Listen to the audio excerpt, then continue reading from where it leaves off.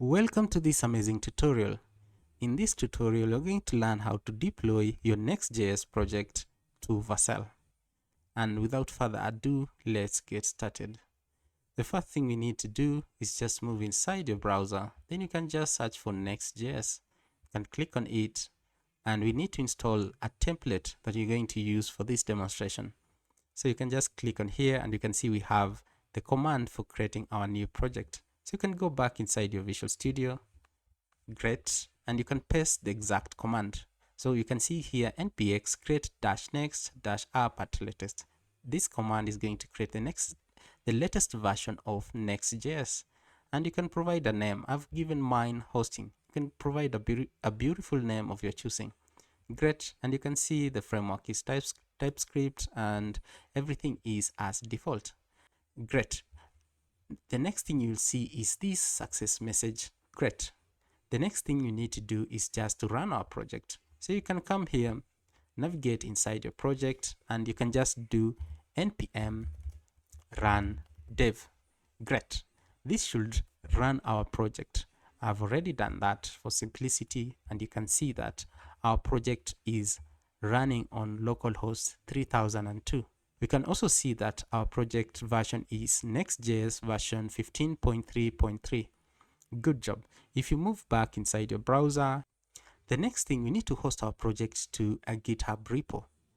How do we do that? We first need to ensure that we have Git installed. So you can just search in your browser for Git, and then you can download based on your operating system. So you can just do inside CMD, you can just do git -v. Then you can just press enter. You can see we have Git version 2.49. Great, that means Git is successfully installed. If you've done that correctly, congratulations. The next step is the easiest. We need to move inside GitHub. When you move inside GitHub, or you sign, if you don't have an account, you can just sign up with GitHub. You'll be greeted by a UI like this. On the left side, you'll see the repos that you have created. And to create a repo is pretty easy. You can just click here on new. Then you can provide the name of your repo here. You can provide also some description, which is optional. You can specify whether the repo is private or public. Great. And you can just leave everything as default and click here, create repo. So as you can see, I've created the repo here, which is named hosting. Great.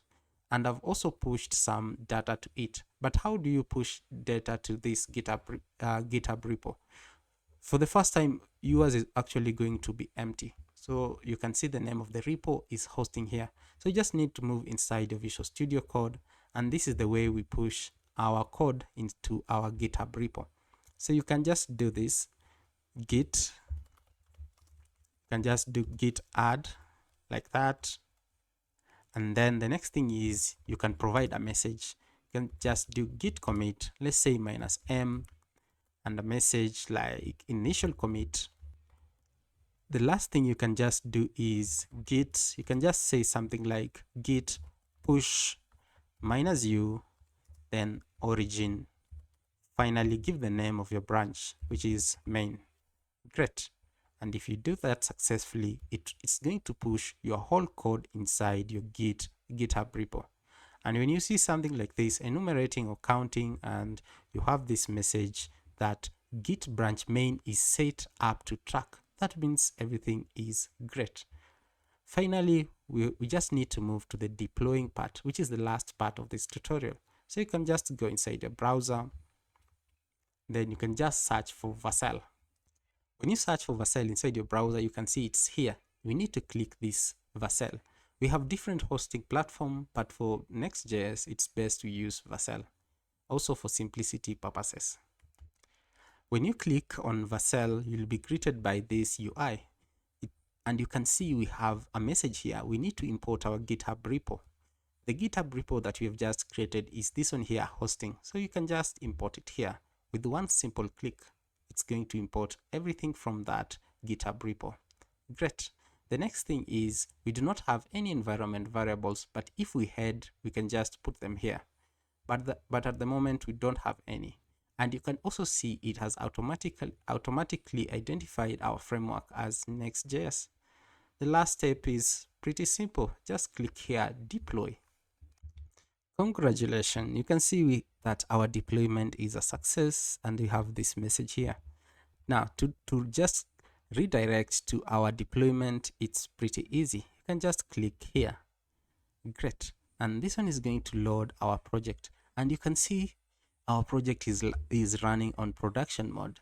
You can even see we have hosting and our name has been given, so we have a different URL for our deployment. So I can even copy this URL and even just open a new tab and copy that. So if you do that, it's going to load this project from Vercel, and you can see the URL has changed from localhost to production URL. Great job. The next thing, maybe the last thing or a bonus, is how do you make changes to your project? Let's say you have something like this, or a project has been deployed, but you want to change some details. It's pretty easy. So you can just come here inside your project. Let us make a small change. So I can come here and add a h1 tag.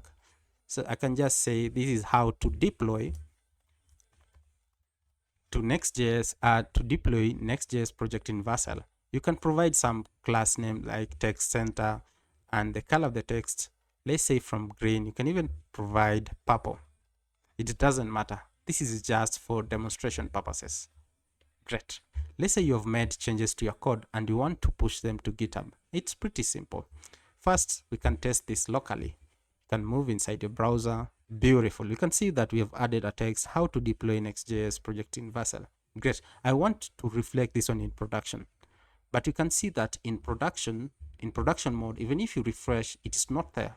So how do we do that? It's pretty simple. So you can just go back inside your project. All right, ensure that you're inside your terminal, and we need to make another commit. So you can just say git add space and a dot. Great.